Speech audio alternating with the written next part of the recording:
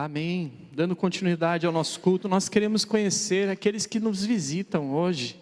Temos visitantes, você pode só sinalizar onde você está, nós queremos lhe dar um presente. Temos uma família que nos visita, que está aqui à direita, Deus abençoe. Tem mais alguém que está nos visitando?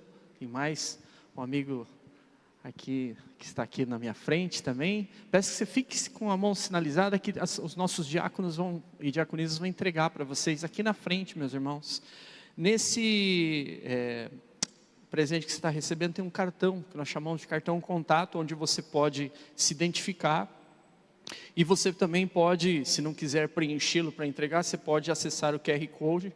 E ali você pode conhecer um pouco mais da nossa igreja, né? Saber das nossas atividades e de repente se você quer se conectar de uma maneira mais profunda com a igreja. Esse cartão, meus irmãos, está ali atrás no balcão, à disposição para os membros da igreja também. Se você quer de repente dar um passo, um compromisso com a igreja, trabalhando no ministério, se envolvendo de uma outra forma, ou se você quer marcar um aconselhamento com um pastor, um atendimento, uma visita, use esse cartão, pode ser pelo QR Code, ou você pode preenchê-lo e entregar, oh Jesus amado, hoje tá bom, entregar, obrigado Zé Antônio, entregar ali na recepção, para um dos nossos diáconos, para nós pastores, enfim, para pessoas que você conhece aqui na nossa igreja, amém? Continuando o nosso culto, vamos compartilhar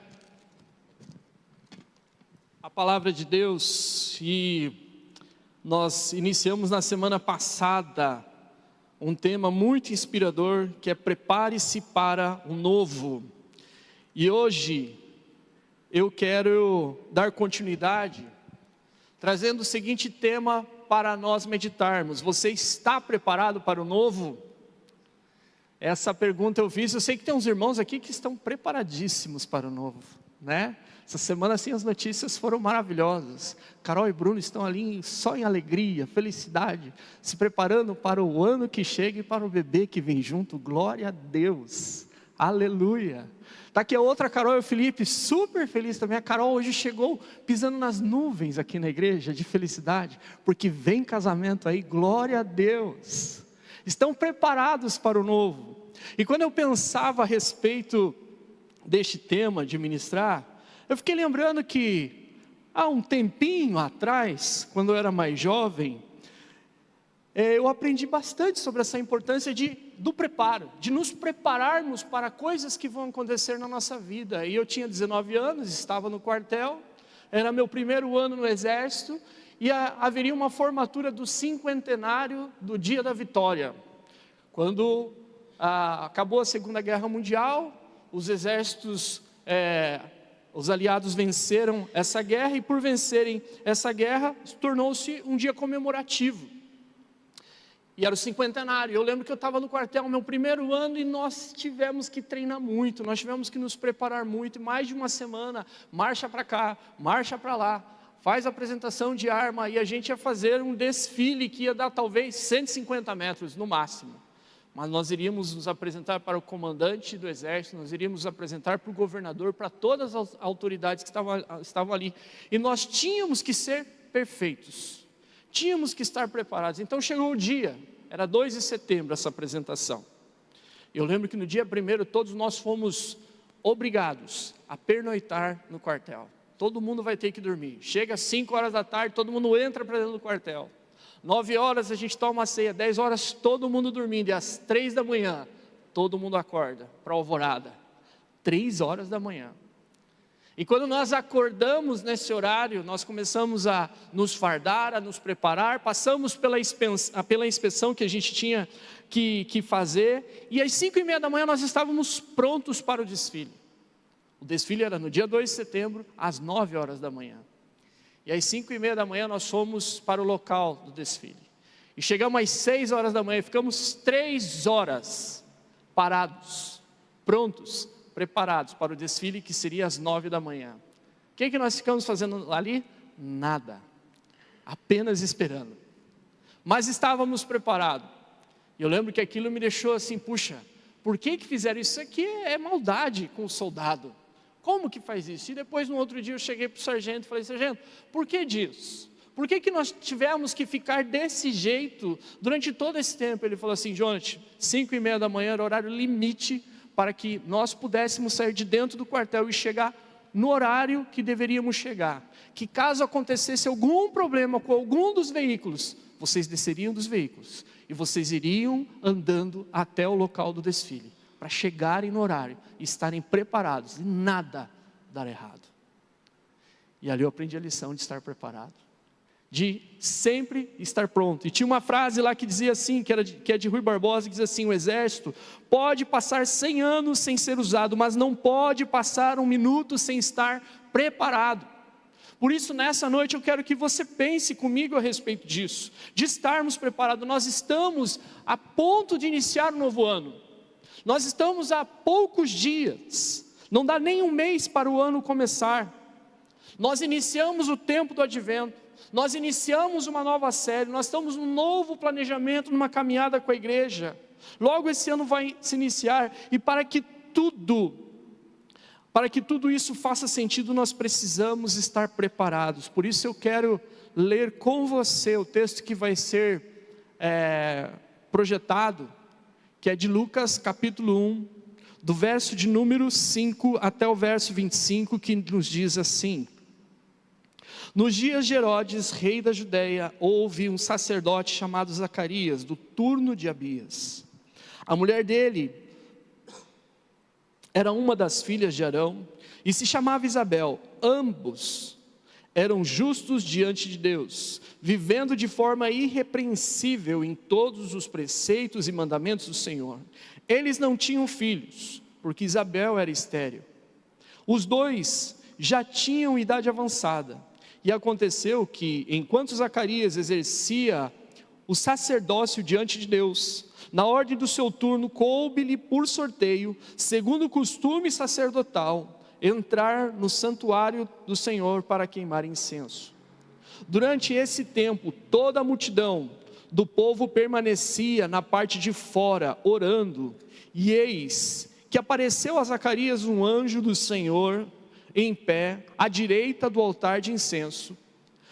Ao vê-lo, Zacarias ficou assustado e o temor se apoderou dele. E o anjo, porém, lhe disse: não tenha medo, Zacarias, porque a sua oração foi ouvida, e Isabel, a sua esposa, dará à luz um filho, a quem você dará o nome de João. Você ficará alegre e feliz, e muitos ficarão contentes com o nascimento dele, pois ele será grande diante do Senhor, não beberá vinho nem bebida forte, e será cheio do Espírito Santo, já desde o ventre materno. Ele converterá muitos dos filhos de Israel ao Senhor, seu Deus, e irá diante do Senhor no espírito e no poder de Elias, para converter o coração dos pais aos filhos, e converter os desobedientes à prudência, e os justos habilitar para o caminho para o Senhor, para habilitar para o Senhor um novo e preparado. Então Zacarias perguntou ao anjo: como terei certeza disso? Pois estou velho, a minha mulher também já tem idade avançada. Respondeu o anjo: eu sou Gabriel, que estou a serviço de Deus, e fui enviado para falar com você e lhe trazer esta boa notícia. Todavia você ficará mudo, não poderá falar até o dia em que essas coisas vierem a acontecer, porque você não acreditou nas minhas palavras, as quais no devido tempo se cumprirão. O povo estava esperando Zacarias e admirava-se com a demora dele no santuário. Quando Zacarias saiu, não lhes podia falar, então entenderam que ele havia tido uma visão no santuário. Expressava-se por sinais e permanecia mudo. E aconteceu que, terminados os dias do ministério, Zacarias voltou para casa. Passado esses dias, Isabel, a mulher de Zacarias, ficou grávida, e ela não saiu de casa durante 5 meses, dizendo: isso foi porque o Senhor me fez contemplar-me para acabar com a minha vergonha diante das pessoas. Amém? Essa palavra faz a gente refletir e pensarmos a respeito de podermos responder essa pergunta, se nós estamos preparados para o novo. Antes desse episódio acontecer, antes dessa experiência sobrenatural acontecer com Zacarias, nós temos que lembrar que a profecia, a revelação, Deus falando com o homem na história tinha cessado, e há 400 anos, as pessoas não tinham uma experiência como Zacarias estava tendo naquele momento. O povo não recebia uma palavra do Senhor desde Malaquias, quando Malaquias falou e trouxe uma palavra de Deus informando que o precursor do Messias viria. E ele viria no poder e na força de Elias. Nesse tempo, no momento em que o povo estava vivendo, os religiosos estavam rendidos a uma tradição morta. Viviam de uma maneira que nem eles mais conseguiam compreender qual era o sentido das coisas que estavam fazendo.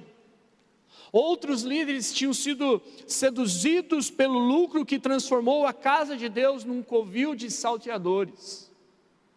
Nesse contexto que a igreja estava, que o povo de Deus estava vivendo, em que os religiosos estavam vivendo de crise espiritual, Herodes era rei, e ele era um rei tirano, amante do poder, e alguém que se sentisse que havia qualquer possibilidade de se levantar um Messias, ou se levantar alguém que viesse para tomar o trono, ele faria de tudo para tirar a vida da pessoa.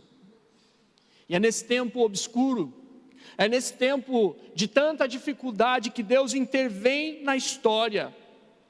Nós precisamos lembrar que durante esse período de silêncio, esse período de não ouvirem a voz de Deus, o lugar mais próximo, o lugar onde as pessoas podiam chegar mais perto de Deus era no templo. Era neste lugar onde elas podiam adorar, onde tinham símbolos, onde tinham sinais, onde havia, de certa forma, uma expectativa que em algum momento Deus voltasse a falar ao coração deles. E nesse lugar havia um santuário. E nesse santuário, o serviço podia ser realizado pelos sacerdotes. O sacerdote tinha um privilégio muito importante aqui, que era queimar incenso. Privilégio porque nem todos aqueles que eram sacerdotes, nem todos aqueles que tiveram esse chamado do Senhor para serem sacerdotes, poderiam queimar o incenso. O motivo disso era porque haviam muitos sacerdotes. Outro privilégio que tinha, que era um momento muito solene daquela liturgia, uma parte solene da liturgia, muito importantes que muitos desejavam, e apesar do incenso ser queimado dessa forma, apesar dos sacerdotes estarem divididos dessa forma, que esses grupos cumprissem 2 escalas por ano, alguns não teriam o privilégio de entrar naquele espaço e queimar o incenso, como Zacarias iria fazer. Essas são algumas questões que fazem a gente pensar a respeito desse privilégio, porque ninguém sabia quem iria entrar, mas todos que fossem fazer, que fossem conduzir esse momento, todos que fossem queimar incenso, precisavam estar preparados. E a primeira lição que eu tiro desse texto, pensando nesse tema, que é uma pergunta para nós se estamos preparados, é que nós estamos preparados para o novo quando nos consagramos. Quando nós estamos vivendo uma vida de consagração, para servir ao Senhor é preciso estar dessa forma. É preciso que haja consagração.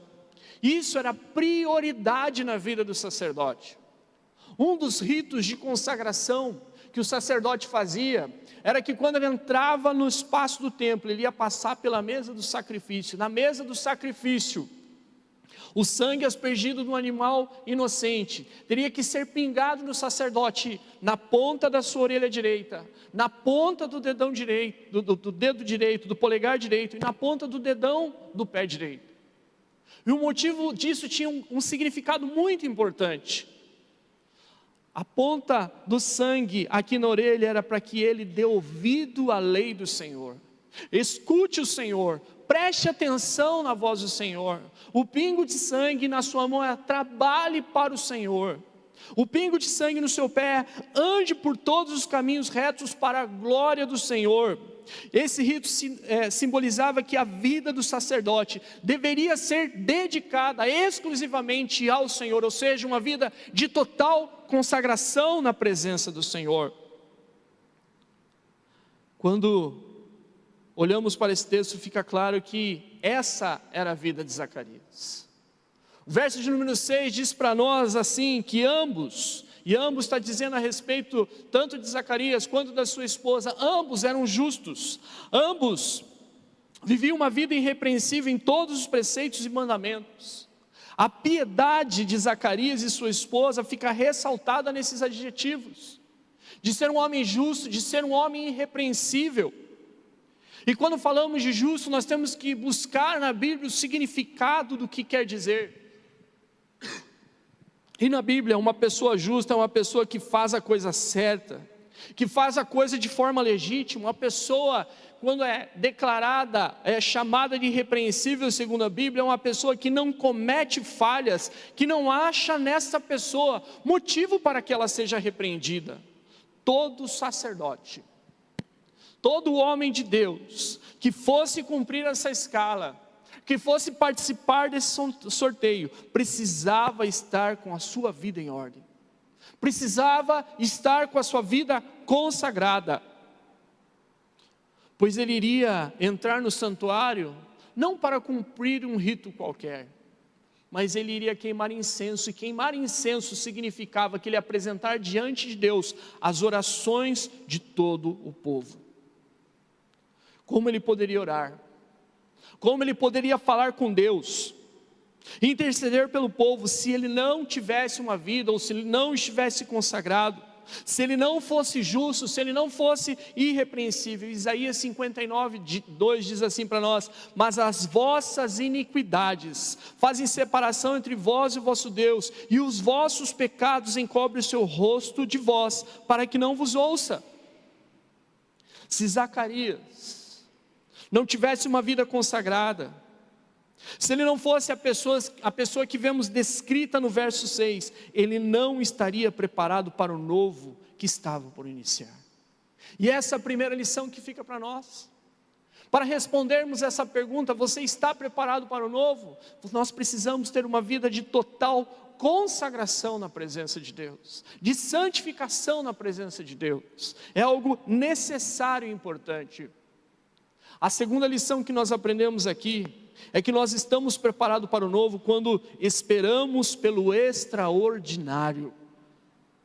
Eu quero que você preste bem atenção no que eu vou falar a respeito disso. Qual será que era o motivo que levava Zacarias a orar? Seria um pedido por um filho? Seria essa necessidade que levou ele? Precisamos entender que Zacarias estava ali para cumprir um turno como sacerdote.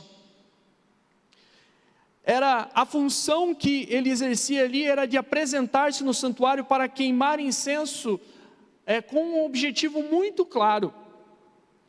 Era o objetivo de orar pelo povo, clamar pelas suas necessidades. E talvez, numa primeira leitura que nós façamos desse texto, a gente pode compreender que o anjo Gabriel está ali dizendo que a oração dele foi ouvida, e talvez a gente compreenda no primeiro momento que a oração é pelo seu filho. A sua oração foi ouvida, Gabriel. Você terá um filho. Isabel ficará grávida. Nós, uau, talvez seja essa a resposta que ele estava esperando. Agora, a gente precisa lembrar que ele e sua esposa já eram de idade avançada, que eles não tinham filhos, que sua esposa sofria com essa vergonha, mas é bem possível, com quase toda certeza, que a oração de Zacarias não fosse por um filho naquele momento, diante daquele local sagrado que ele estava orando. Ele pode ter considerado, por ser um homem justo, por ser um homem irrepreensível, que aquele lugar era impróprio para ele fazer isso, de fazer um pedido pessoal naquele momento.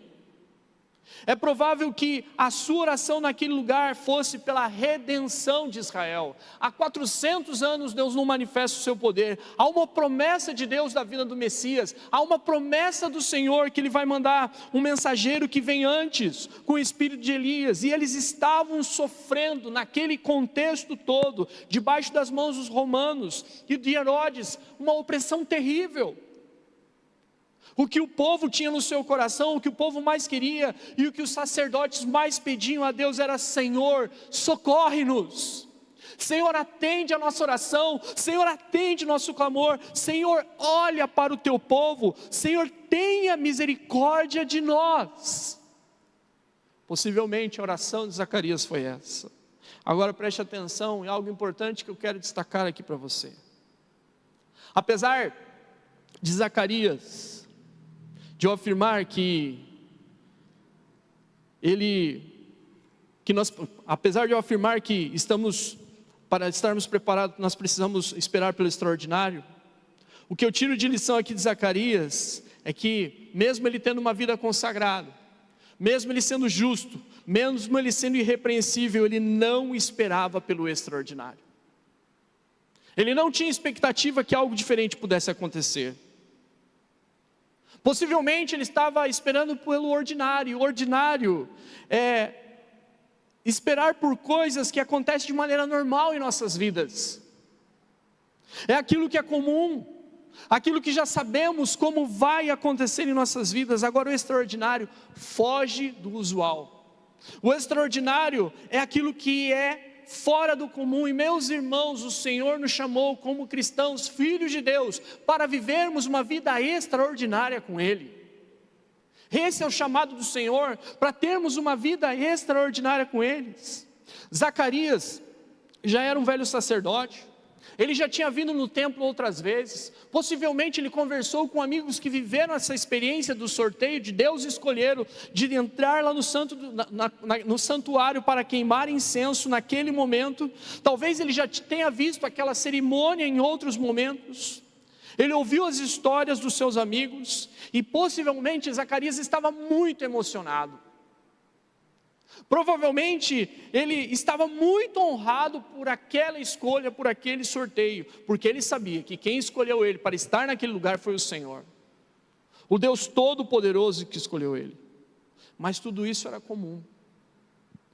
Ele já sabia o que ia acontecer. Ele sabia que ia entrar lá dentro. Ele sabia os ritos que ia fazer. Ele sabia toda aquilo que teria que acontecer. Ele estava preparado para o ordinário. Ele não estava preparado para o extraordinário. Ele não esperava pela presença do anjo Gabriel ali. Ele não esperava para que aquilo acontecesse. Lembremos que aquela liderança, aquele povo estava vivendo um tempo em que eles tinham se rendido a uma tradição morta. E o ordinário nos leva a isso. A irmos para uma tradição morta, uma tradição que não traz vida. Nós só estamos preparados, meus queridos e queridas irmãs, para o novo, quando dobramos os nossos joelhos diante do Senhor e temos expectativa de que quando nós nos levantarmos daquele momento de oração, Deus vai responder a nossa oração de forma extraordinária. Nós estamos preparados que quando nós dobramos os nossos joelhos e nós colocamos as nossas petições diante de Deus, Deus vai mudar a nossa história, Deus vai mudar o nosso casamento, Deus vai mudar a nossa situação, porque Ele é poderoso, Ele faz muito mais do que nós podemos imaginar. Esse é o Deus que nós cremos. Esse é o Deus que chama à existência as coisas que não existem. É esse Deus que nos convida para viver dessa forma. Estar preparado para o novo é estar preparado para o extraordinário de Deus em nossas vidas. Quando sairmos deste lugar nesta noite, quando iniciarmos a nossa semana de atividades, esteja preparado para coisas extraordinárias que Deus quer fazer na tua vida, na tua casa e na tua família, nesta igreja, na nossa história. Tenha convicção disso. Sabe por quê? Porque a vida de Jesus foi extraordinária. A vida de Jesus não foi uma vida comum. E Ele disse que não seria diferente para nós também. O Senhor disse que se nós crermos nele, nós iremos fazer obras maiores do que Ele fez. Isto é extraordinário e precisa estar no nosso coração todos os dias, amém, igreja? Precisamos ter isso claramente, por isso tem expectativa de que o final de ano que está chegando, o Natal que você vai comemorar, os teus projetos que você está fazendo, é para que Deus manifeste o extraordinário na sua vida, é para que Deus mude a sua história. A terceira lição que nós tiramos, que eu tiro daqui, compartilho com você, é que nós estamos preparados para o novo, quando damos um passo de fé.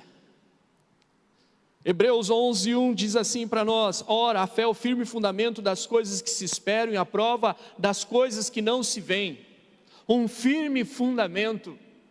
A fé é a confiança absoluta em algo, e apesar de ela ser definida dessa forma, dela ficar clara para nós, é contraditório para muitas pessoas pensarem que podemos confiar e podemos firmar em algo que não podemos ver e não podemos tocar.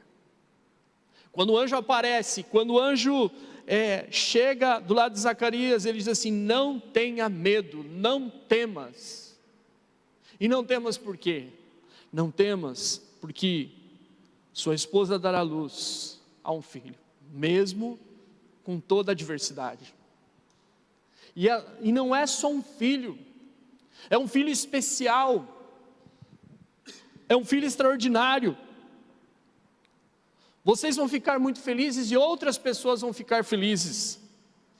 Diz o anjo para ele que esse filho será grande diante do Senhor, ele será cheio do poder do Espírito Santo de Deus, ele converterá muitos filhos de Israel ao Senhor, ele irá diante do Senhor no espírito e no poder de Elias, ele converterá o coração dos pais aos filhos, ele converterá os filhos da desobediência à prudência, ele vem para preparar o caminho do Senhor. Você já imaginou o Senhor respondendo e falando com você dessa forma? Eu já tive respostas de Deus maravilhosas para mim, já tive momentos que Deus falou comigo de uma maneira tão clara: Senhor, muito obrigado, mas eu nunca vi um anjo, Ele nunca mandou um anjo para falar para mim, estou respondendo a tua oração agora. Porque a oração de Zacarias foi rápida, né? Ele chega no altar, começa a queimar o incenso e o anjo aparece: Deus ouviu a tua oração, Ele está te respondendo. Você já pensou nessa cena? Qual seria a tua atitude, a nossa atitude diante disso? A de Zacarias foi assim: mas como eu teria certeza disso? Como que isso pode acontecer? Meus queridos irmãos e irmãs, uma das coisas que mais nos impede de ver grandes coisas acontecerem em nossas vidas, em nosso meio, é o medo que rouba a nossa fé. Ele começa: como terei certeza disso? Eu já sou velho, eu não tenho mais condições, a minha mulher já também tem bastante idade, isso é quase que impossível. Quando Zacarias viu o anjo, ele ficou assustado. E a gente precisa trazer para o nosso coração que nós não precisamos ter medo, porque quando temos medo, o medo faz com que a gente perca a coragem. O medo, depois de fazer a gente perder a coragem, faz com que a gente sinta a insegurança. E vai chegar um momento que depois de passarmos pela perda da coragem, por ficarmos cheios de insegurança, nós iremos nos paralisar e não conseguiremos fazer nada. Repare que ele diz assim: como terei certeza disso? Talvez uma forma de entendermos melhor era se ele dissesse assim: mas como que eu posso confiar nisso tudo que está falando? Era um anjo, era uma promessa, era um lugar sagrado, era o próprio Deus falando com ele. Por fim, ele arrumou um obstáculo: eu sou velho, eu não posso fazer isso, eu não tenho condições. O medo é o inimigo da fé, irmãos. Não deixa que o medo tome conta do seu coração, para as coisas que Deus quer fazer na tua vida. Quando nos alimentamos do medo no nosso coração, nós produzimos a dúvida, e quando produzimos a dúvida, nós geramos obstáculos, para que nós não vejamos as coisas grandes que o Senhor quer fazer em nossas vidas. Eu te faço uma pergunta bem pessoal para você responder para Deus. Que obstáculos você tem colocado para Deus como desculpa para que você diga: eu não estou preparado para o novo? Quais são esses obstáculos que você tem colocado? A falta de fé leva-nos e gera consequências para a nossa vida. Eu falei isso na parte da manhã também. E para mim isso é muito sério. E uma das consequências que ela traz para a nossa vida é levarmos a ter uma vida medíocre. Não entenda isso como algo pejorativo. Ser medíocre é ter uma vida mediana. Nem tão bom, nem tão ruim, mas uma vida mediana. Ter uma vida média, uma vida mais ou menos. Ter uma vida apenas com aquilo que é suficiente. A fé que Zacarias estava expressando naquele momento, com aquela pergunta, com aqueles obstáculos, era essa fé mediana. Uma fé cambaleante, uma fé duvidosa e uma fé limitada. John Charles Riley, um dos comentaristas desse texto, fala que duvidar que Deus pode fazer alguma coisa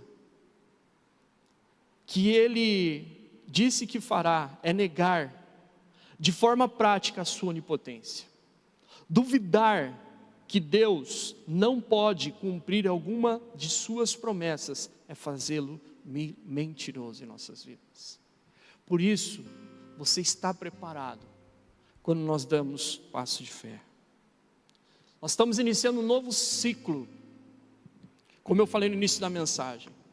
E a pergunta fica para você responder: você está preparado para ele? Falo da igreja, mas talvez você esteja se preparando para um novo ciclo da sua vida pessoal. Talvez você esteja se preparando para algo muito especial que você tem colocado diante de Deus. E hoje, eu coloco para você: você está preparado para esse momento? Para você estar preparado, você precisa se consagrar para o tempo novo de Deus. Você precisa ter expectativas por coisas extraordinárias. Saia do comum. Viver em oração é uma das melhores coisas para você viver o extraordinário. E para você estar preparado para ele, dê passos de fé. Não tenha dúvida disso. Eu quero terminar, e eu pedi para eles cantarem uma música que nós cantamos na semana passada. Antes nós tínhamos, vamos escolher uma música tema. Aí falou, não, nós não vamos escolher mais música tema, mas vamos trabalhar as músicas no louvor e na adoração. E na semana passada, nós começamos a cantar essa música: Tu és o Deus dessa terra, és o Rei deste mundo, é o Senhor da nação, Tu és. E eu lembrei da história dessa música. Vocês sabem que eu gosto de conhecer a história da música. Como que surgiu essas músicas? Como que Deus trouxe ao compositor essa música? E quem compôs essa música foi Chris Tomlin. Tinha uma banda e eles foram fazer uma excursão missionária evangelística na região da Tailândia. E Deus levou ele para uma das cidades que é o maior polo turístico de turismo sexual. Mais de 30 mil mulheres em prostituição, sem contar as que estão na rua, sem contar crianças que estão na rua. E Chris Tomlin, ele disse que foi convidado para ir cantar em um desses lugares. Ele não entendeu o porquê, mas compreendeu de Deus que eles deveriam ir para aquele lugar. Um lugar de tragédia, um lugar de opressão, um lugar de sofrimento, um lugar onde as pessoas não esperam pelo novo. E ele disse que quando ele chegou naquele lugar e ele viu aquele ambiente hostil, pessoas acabando com a sua vida, se prostituindo, destruindo seus casamentos, usando drogas. E até interessante pensar como que pode um povo evangélico cristão ir tocar num lugar desse. Mas Deus orientou ele e disse que quando ele chegou lá, ele começou a tocar como o Otávio está tocando aqui. Começou a sair essa melodia.